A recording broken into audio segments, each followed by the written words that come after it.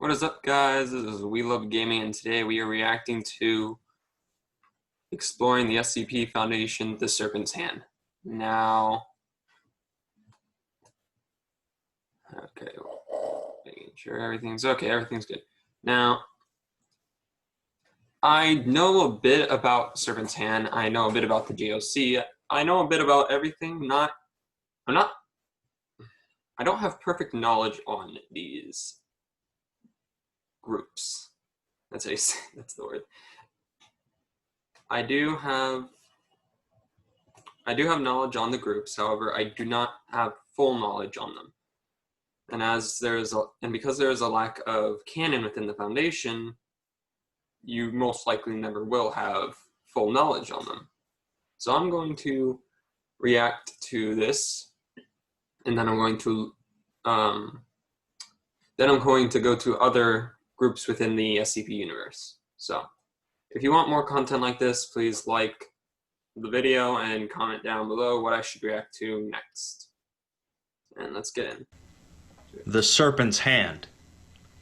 From human rights activists to civil rights activists to animal rights activists, our world is filled with people fighting and advocating for the rights of all sorts of things. It stands to reason, then, that in a world such as the SCP universe, filled with anomalies, there are going to be individuals fighting for the rights of the anomalous. That does make sense. However, it should be clear that some of these beings should not be allowed to be set free. 682, 096, 173, 049, for examples, they should not be allowed to leave or be in the daylight, I should say. These people are known as the Serpent's Hand. Ultimately, the Serpent's Hand would like to see all of the anomalies that they deem to be non-dangerous out free, with the public fully aware of their existence. No. If I'm gonna be honest, just like in Men in Black, like literally in the first movie, they say people are stupid. I'm saying it the wrong way. A person is smart, people are stupid. If one person knows it's okay, that person can think rationally. But when everyone knows, they're not going to think rationally. The camera's a bit off. Gosh, that hurts. But they're not going to think rationally. They're going to freak out, panic. There'll be chaos, yada, yada, yada. Not good. So sometimes secrecy is better. And so this puts them at odds against groups like the Foundation and the GOC. Like many things in the SCP universe, the operations of the Serpent's Hand are fairly mysterious, but let's look at some of their beliefs and the work they've done.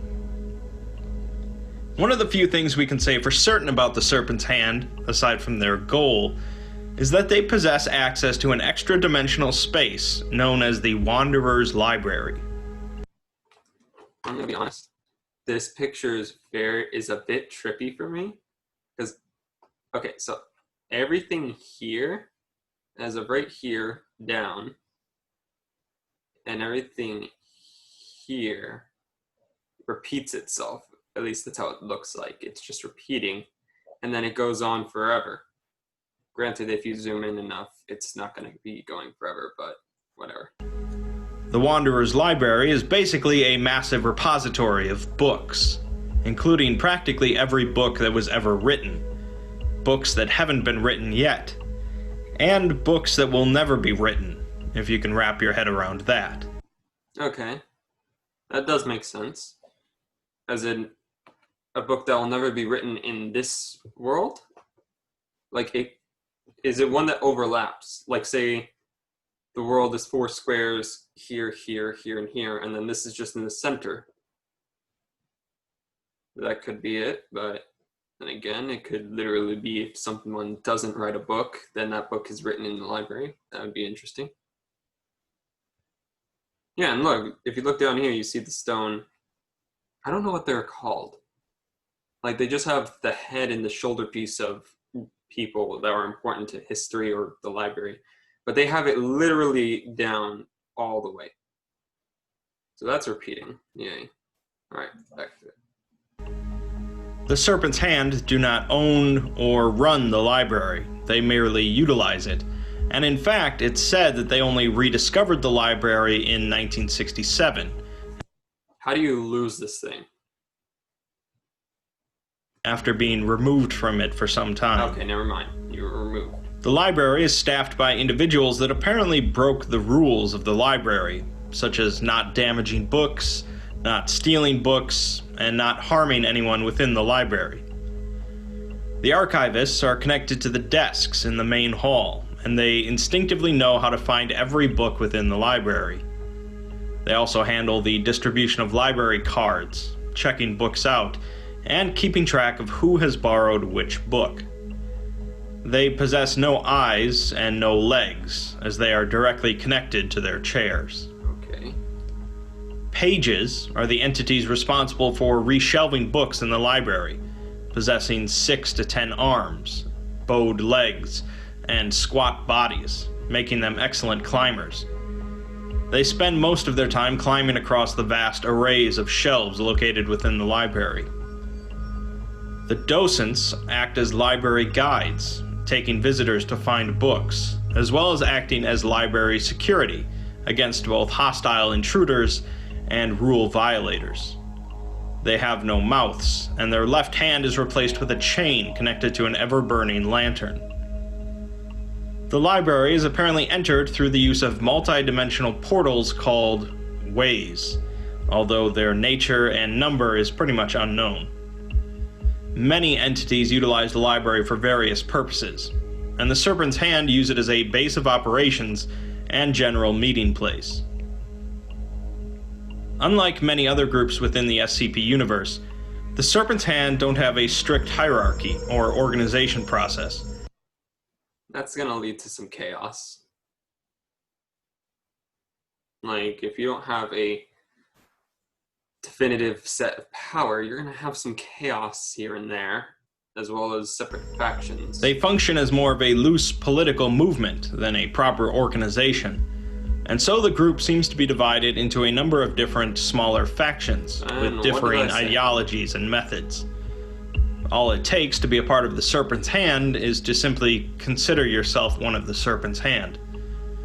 There's likely no central leader to the entire group, merely leaders of different cells and factions. An individual known as M is one of them, as well as another that goes by the initials LS. LS's identity is up for debate, but a leading theory is that she is actually the Black Queen, a title for the daughter of Dr. Gears, a noted Foundation researcher. The Black Queen is known to have access to the Wanderer's library and to hold a grudge against her father in the SCP Foundation. Okay, Additionally, it's that would explain why she would work for the Serpent's Hand. Believed that there are thousands of Black Queens across thousands of universes, and a number of them use the library as a meeting place, referring to each other as Little Sisters, or LS. An SCP connected to LS is SCP-268, a newsboy cap that causes a wearer to become unnoticeable by anyone around them. How ironic.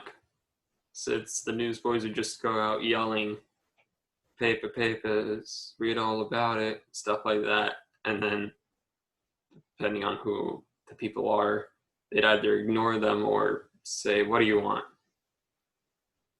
Or buy it. But, hey, it'd be convenient for an introvert. The wearer is generally completely ignored, and observers will be unable to recall any specific details about the wearer. If the wearer speaks or interacts physically with an observer, they will be noticed, but soon forgotten again. The effects seem to build upon a wearer, and if they wear it long enough, the effects strengthen and even linger after removing the hat. That's not good. 268 was used in field operations by some Foundation agents, but after a while, everyone at the Foundation forgot the agent existed. That being said, it's certainly a useful anomaly for someone trying to go into places they don't belong. Unfortunately, the Foundation no longer possesses the SCP, as one day they discovered it missing, a note in its place reading, "Thanks, I needed my hat back. LS." There was also a label on the hat reading, "The garden is the Serpent's place," connecting it to the Serpent's Hand. The Serpent's Hand don't exactly get along with most of the other paranormal groups acting in the SCP universe. They clash the most with the Global Occult Coalition, which they refer to as the Book Burners, due to the GOC's general policy of destroying the anomalous. The GOC have apparently launched at least one raid on the Wanderer's library, destroying part of it, and the GOC considers every Serpent's Hand member to be a high-level threat. Really? The Serpent's Hand get along The Serpent's Hand isn't even isn't really a full group. It's broken pieces of a group. It's miniature groups. How are you, a giant organization, labeling smaller individuals within small groups as high threats? How? Why, actually? Not how, but why? a little better with the SCP Foundation, which they refer to as the Jailers, although that's not saying much. The Serpent's Hand are fundamentally against the Foundation's policy of secrecy, Too bad. and definitely object to their treatment and containment of harmless anomalies, but they do acknowledge that not every anomaly should be free. They get along fairly well with Marshall, Carter, and Dark, the Merchants, due to their willingness to obtain anomalies from both the Foundation and the GOC for the right price. That being said, they are still wary of them, as MC and D rarely make fair bargains. The Serpent's Hand are more fascinated by the Church of the Broken God than anything else, but they are against the Chaos Insurgency, who they call the Madmen. Should intermittent vengeance among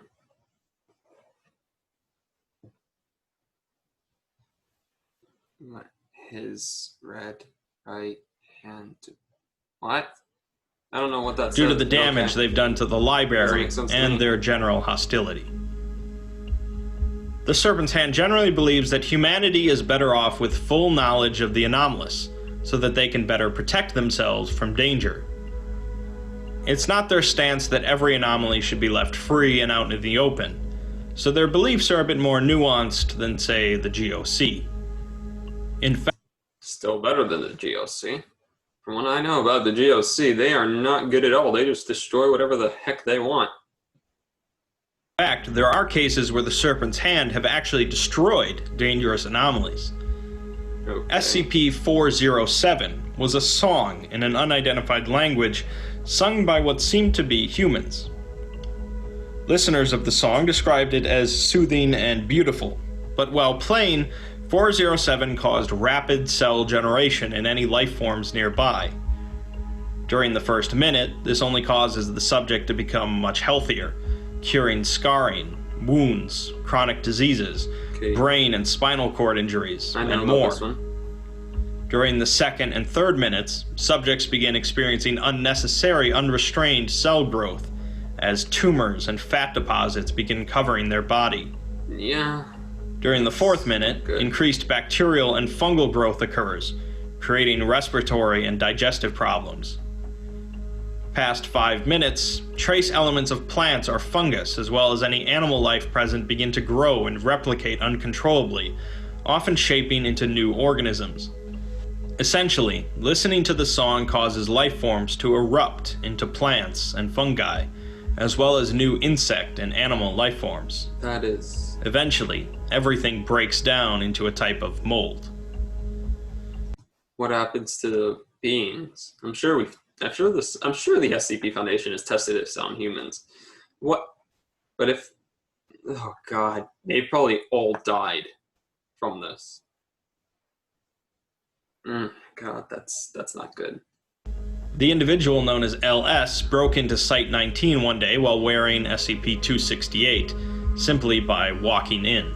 Good for them. LS seemingly broke in to utilize SCP-914 for an unknown purpose, but also managed to delete SCP-407 completely from the Foundation system. LS also left... Okay, let me search up on my phone what 914 or 14 for an unknown... Yeah, 914. Let me search up real quick. What the heck is that? SCP 914.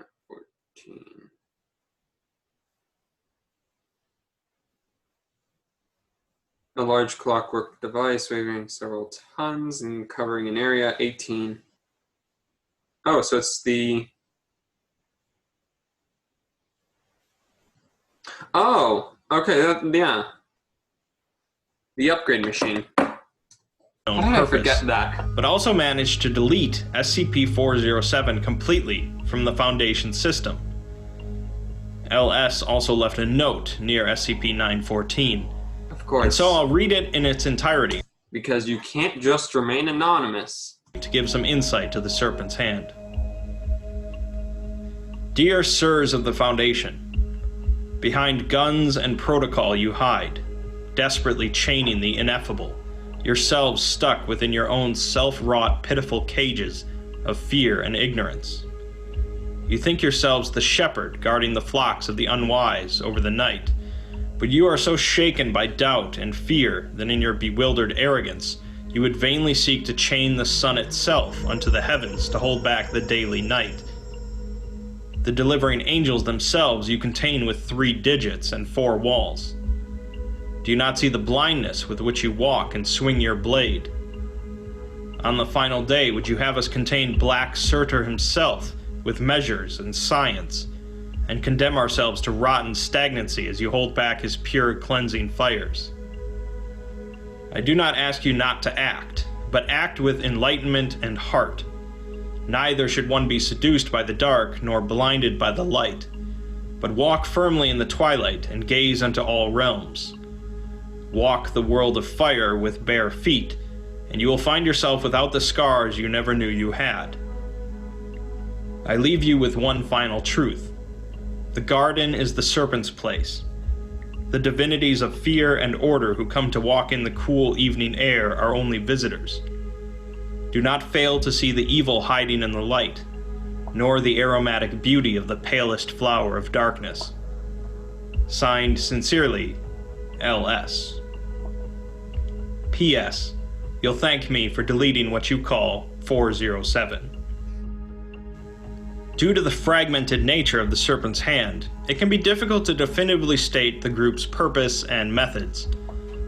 Some factions of the Serpent's Hand are willing to work with the Foundation sometimes, while other groups are radical enough to cause...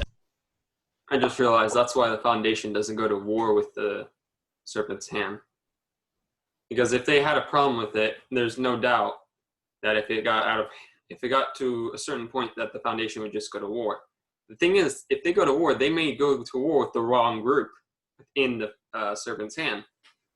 Of course, with the GOC, it's going to cause a very big problem if we go to war, but whatever. The Foundation can handle it. End of the world scenarios. Oh. Some of them are willing to destroy dangerous anomalies, while many others in the group are anomalies themselves. Okay. In general, there are sayings, there are theories that people in the O5 Council are anomalies. O5-13? Death?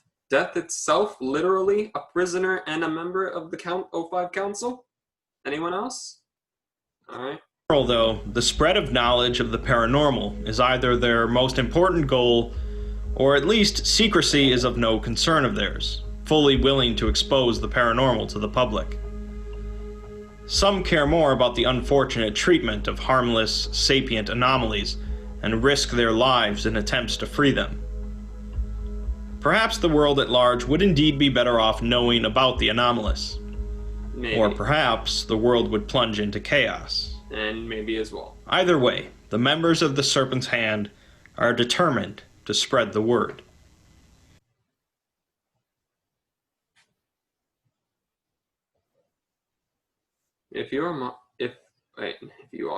You are the monsters you are so afraid of.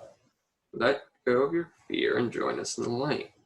And if you will keep imprisoning and killing innocents, if you keep forcing the world to stay in the dark, then you will meet the fate of all slavers and murderers in the world's history before.